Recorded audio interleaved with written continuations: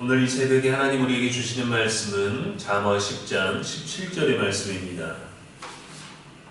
훈계를 지키는 자는 생명의 길로 행하여도 징계를 버리는 자는 그릇 가느니라. 아멘. 그냥 살아계신 우리 하나님의 말씀입니다. 이 시간 누구에게나 배울 수 있다라는 제목으로 말씀 전하겠습니다. 오늘 말씀은 훈계를 받는 사람과 이것을 무시하는 사람의 인생이 얼마나 다른 결과를 낳는지를 보여주는 교훈입니다. 훈계라는 말은 교정하다, 인도하다라는 어떤 의미를 가지고 있어요. 죄가 나쁜 것이라는 뜻이 아니라 잘못된 방향이라는 것을 의미하는 단어 아니겠습니까? 훈계도 마찬가지로 잘못된 방향에서 바로 잡을 수 있게 돌이키게 해주는 하나님의 선한 개입을 의미합니다. 이 훈계를 지키면 생명의 길로 가게 됩니다. 생명의 길로 인도합니다. 안내를 받을 수 있는 거죠. 그러나 징계를 버리는 자는 그릇 간다고 했어요. 잘못된 방향으로 계속 가게 되는 것이죠. 자신을 돌아볼 수 있는 기회는 칭찬이 아니라 책망입니다. 책망을 멀리하는 사람은 자신을 고칠 수 있는 기회를 놓칩니다. 이것은 스스로를 멸망의 길로 안내합니다. 끌려가는 것이 아니라 스스로 선택한 결과를 마주하게 되는 것이죠. 성도의 성장은 은혜의 칭찬이 아니라 훈계의 수용에서부터 시작됩니다. 누군가 우리의 잘못, 실수, 부족함, 연약함 등을 알려주면 듣기 불편하죠. 그러나 수용할 수 있어야 돼요. 받아들임이 있어야 됩니다. 그래야 이것이 인정할 수 있는 어떤 그런 지경이 넓어지는 것이거든요. 그런데 지적을 받으면 본능적으로 처음에는 거절하려고 합니다. 거부하려고 합니다. 부인하려고 해요.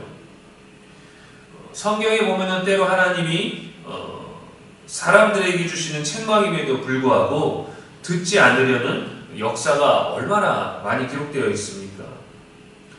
홍수가 있기 전 노아는 오랫동안 하나님의 심판과 구원의 메시지를 전했지만 사람들은 듣지 않았습니다. 모두 죽게 되었죠.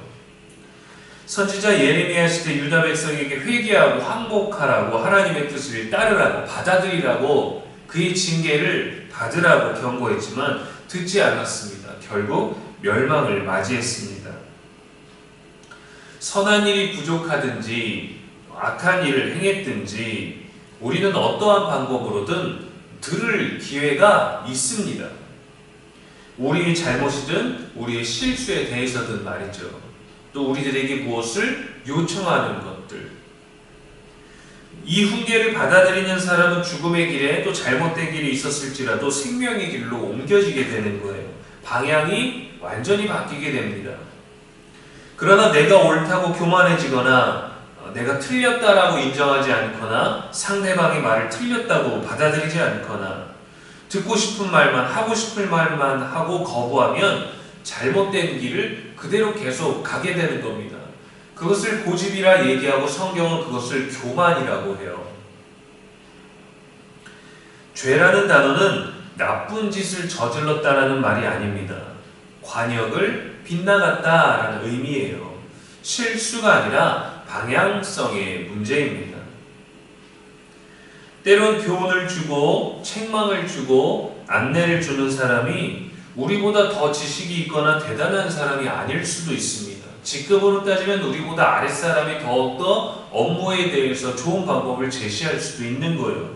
그러나 그때 좋은데 하고 받아들이는 것이 자존심 상하거나 기분이 나쁘거나 뭔가 사회적인 위치에서의 때문에 역할 때문에 어려울 때도 있죠. 그러한 경우에는 잘 귀담아 들으려고 하지 않아요. 또 함께 다수가 모여있는 자리에서는 더욱더 마음이 상하기도 합니다. 직접적으로 어떤 일을 해결해 주는 경우가 아니고서는 말로 주는 조언, 그러한 훈계, 책망은 잘 들으려고 하지 않습니다. 공자의 논어에 보면 3인행 필유 아사원이라는 말이 있습니다. 세 사람이 함께 길을 가면 그 중에 반드시 나의 스승이 있을 것이니 그들의 장점을 본받고 그들의 잘못은 경계로 삼겠다라는 뜻입니다. 나보다 나은 사람도 있고 나랑 비슷한 사람도 있고 나보다 못한 사람도 있지만 모든 사람에게서 배울 수 있게 된다라는 것이고 모든 사람에게서 배울 수 있어야 합니다. 저도 이제 10살, 7살 된 아이들을 보면서 많이 배웁니다. 물론 저는 그들을 훈육하고 교육하고 보호하고 해야 되는 더 많은 책임과 의무가 있지만 그 어린 아이들을 통해서 어른인 제가 많이 배워요. 하나님의 마음도 배우고 사랑이 얼마나 어려우면서도 귀한 건지도 배웁니다. 아비로서 책임감도 배우지만 저라는 인격 자체가 아이들 앞에서 얼마나 부족한지, 과연 이 아이들을 책임질 수 있는지에 대해서 참 어렵고 또 그래서 배우게 됩니다. 어린 아이들이 저를 직접 가르치지 않아요.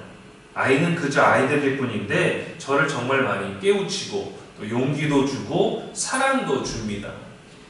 저도 어떤 부분에서 아이들의 세상이기도 하지 않습니까? 아이들이 볼 수 있는 그 울타리의 크기가 되지 않겠습니까? 통로이지 않겠습니까?